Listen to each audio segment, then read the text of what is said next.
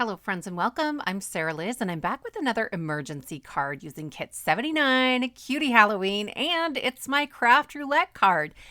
And this is part of the Oh So Inspired collaboration. This month we're being inspired by my friend Lynn over at LV Handcrafted. So I'm going to be inspired by her card style, which is an easel card, and then the postage frame she has used for her focal image. I'm linking to that card on Lynn's Instagram in the description box below and the collaboration playlist so you can see how others were inspired by her as well. I'm using the nested postage labels and frames. I've cut a couple of them from black and then I have one in acetate. And then I used a background stamp. This was just in the back of my pocket. It's a Woodgrain stamp from Hero Art. And then I have colored in some of these images from the Cutie Halloween kit. I used the version that is in the champion tier of membership because then you get all of my images and background papers and things as digital stamps so you can resize them. So I unzipped the file and I am just dragging that into a Word document.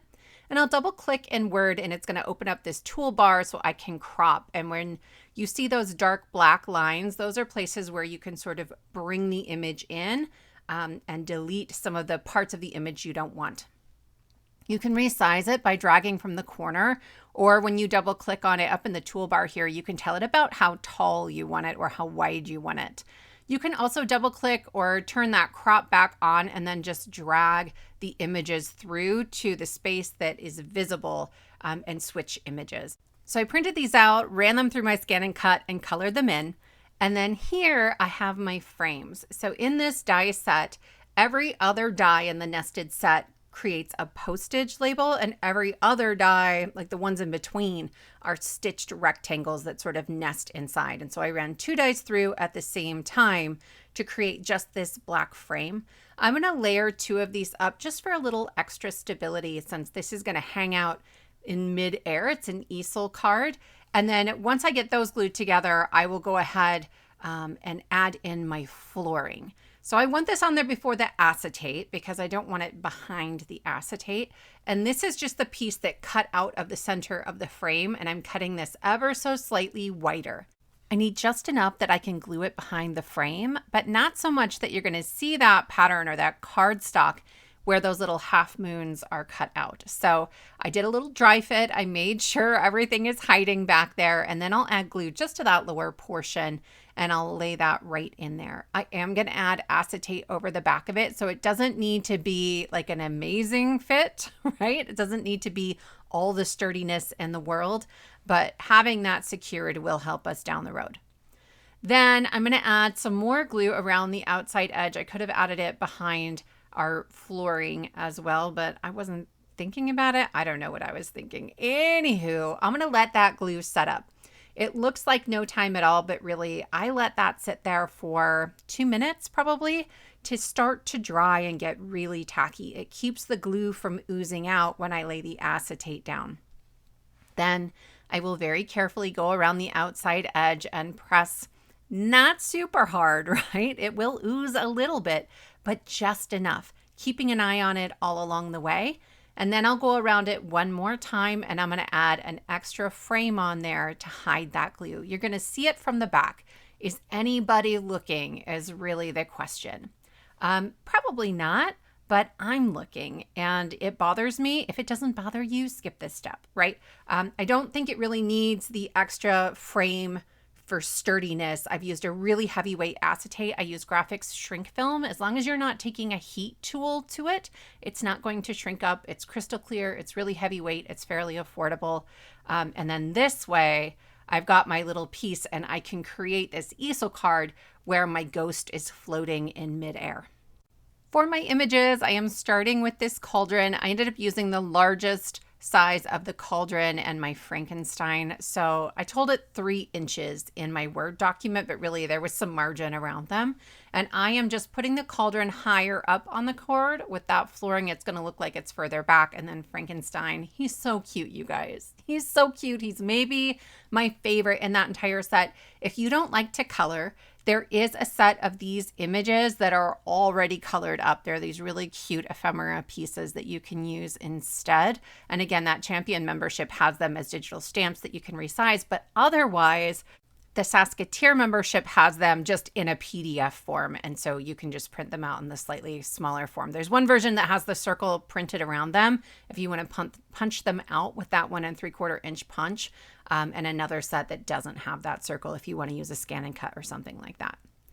I have cut an extra one. Again, I ran it through my scan and cut, so I removed my cutout images, and while the scan was still loaded into my machine, I had it cut the same thing out of heavyweight black cardstock just to sort of layer behind there again, so you can't see my coloring, you can't see the glue. I did have to trim the top off of Frankenstein's head because I tried to put it on upside down and he's not symmetrical. He's just not. I tried to be brave when I was coloring this and add bubbles into the cauldron, and it wasn't great. So instead I just made it all the same color, and I'm adding in some sparkle spots, pink and watermelon from Trinity stamps. To create my easel, I'm centering that postage frame on my card base, and I'm just looking for just below where the flooring is. I want everything that is going to be my clear acetate sticking up in the air. And so I just sort of eyeballed that, and then I will fold it, and I want to decorate the card base, but I don't want to add extra layers of pattern paper.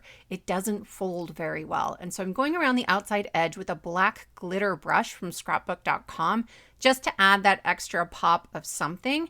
And then when I go to bring in my pattern paper, we're actually going to cut that to make sure it doesn't have to fold and it's not going to crack. So I'll center it on there, and then I'm going to pick it up, and I'm just going to fold at that score line. Sometimes for an easel card, I'll just score it right in half, and you could do that here too, but then you'd see some of that card base through the acetate, right? So I made a little mark with my pen, and I'm going to put that in my trimmer. It's just upside down so I could see the pen mark, but here it is, and I'm keeping my pieces in order so the pattern lines up. Then I'm going around the outside edges with a black marker. You could use a Sharpie here. It just keeps you from seeing a flash of white when the card is turned or when you go to lift the easel. Totally extra, but I like these little details. I just think it steps up the card. So I am doing this first one the wrong way. What I should have done was fold here at my score line and then line up the bottom because I don't want that to overlap the score line. But I was trying to line up the margins. I'll line it up with the score line and then make sure your side margins are even. That's the best you're going to do. Then this guy's going to tuck right up against him. Again, I don't want it really crossing the score line, and so I'm being careful not to put glue too terribly close to where it's going to meet the score line. And then this way, you see how it folds so beautifully, and I can just lay my frame on top of there, and you almost don't notice. Very little of that is even going to be visible. So I'm using my fingers to keep track of exactly where that score line lines up with my frame, and I'll add glue behind it. Then I will flip this over, and I'm not laying the glue down first. I'm looking for my margins at the top and on the sides to get it centered first, and then I'll press down at the bottom. I also need something to keep my easel card open and propped up, and I need a sentiment, and I really didn't want to cover up any of those images with my sentiments. So we're going to put our sentiment on the inside. So I have a 2.5 by 1.5 inch rectangle, and I'm going around the outside edges with that same glitter brush. And then I'll set that aside while we cut out our sentiment. These are at my lowest tier of membership. So all of the rectangle sentiments you can get with a white background in the free Patreon version of the kit, but with this amazing, I'm a little biased, but amazing pink sparkle background, you can get them at the lowest tier of membership, which is the Sassy Supporters. And so I am just trimming up from the top to bottom using the tick marks, but I'm keeping the header intact so that when I rotate, I still have tick marks on the side. And I'm going to use this Sending Spooky Hugs. So let's talk about Craft Roulette. If you haven't watched it before, it's a card making, paper crafting game show challenge, and you can play along every week. It's on Fridays. I will link to them below, and I've been trying to get back into the swing of things. And this week, there are 4 parameters. There's always 4 parameters, but the parameters are: number 1, project, thinking of you. And so sending spooky hugs to me is a very generic sort of thinking of you kind of sentiment. And then parameter number 2 is for color, and it's hometown colors. In my hometown, which I live in somehow, again, I never thought I would as an adult, around Halloween, I live near 3 grade schools, and we definitely get some like basic Halloween colors, and I think this card really fits the bill. That pink for Halloween has been really popular lately, and so all of these are sort of hometown Halloween colors for me. By the way, I have these dies from Pink and Main. It is the scallop square and the stitched square, and I am just lining those up on top of each other. I had some leftover pattern paper from the front, and I wanted a place to write my message towards the top that was a little bit decorated, so that's what we're doing. Then for parameter number 3, we have element, and the element is cup or glass. And on the front of our card, on our easel, we have a little pane of glass made out of acetate where we have built our scene. So here's our glass. And then finally, for our last parameter for random, it's add a doodle. And these are images, little stamps that I made. They are my doodles. And so that's my doodle that I added. My friends, I hope this inspires you and you'll check out the collaboration playlist. If you are interested in the free version of the kit, all I ask is that you subscribe to my channel. Then go into the description box below the video and you'll find all the information you need along with links into Patreon for some of the upgraded versions of the kit. Thank you so much for spending your time with me, and I will see you next time.